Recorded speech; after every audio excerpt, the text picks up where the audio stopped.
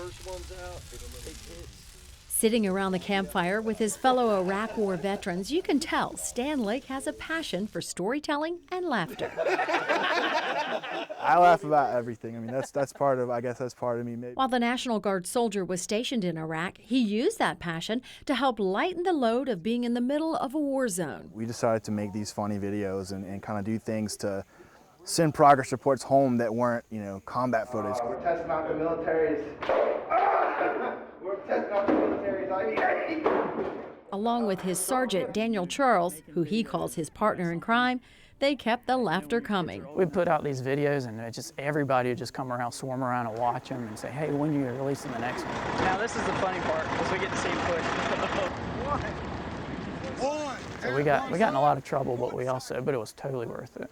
But then they came home, and the laughter stopped. Not long after that, you kind of lose your sense of purpose, your sense of mission, and at least me personally, I started to get really depressed and really anxious, and for a while it was hard to be home because I had the brothers weren't with me anymore, the guys I served with weren't with me anymore, and I didn't know what I was doing with my life. For years, Stan and Daniel, who kept their friendship going, felt like they were fighting a lone wolf battle. We've been over there fighting, we got each other's backs, we get home, and there's a bigger chance of something happening here, and we've just totally lost contact with everybody. So they decided to use the one thing that brought them all together before, the videos.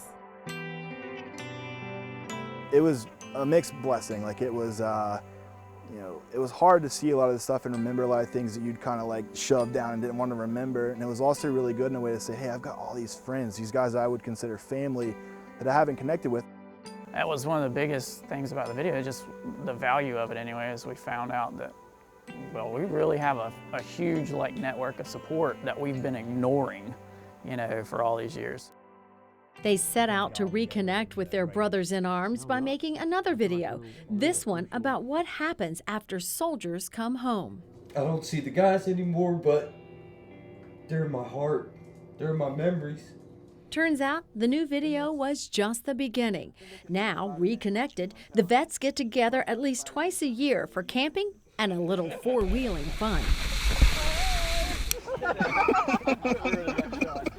Doing the camping trips, I think it's almost a lifesaver. You get around, you sit around smoking and joking with the guys, and all those stories come back. And so does the laughter they created in the most unlikely of places, a war zone.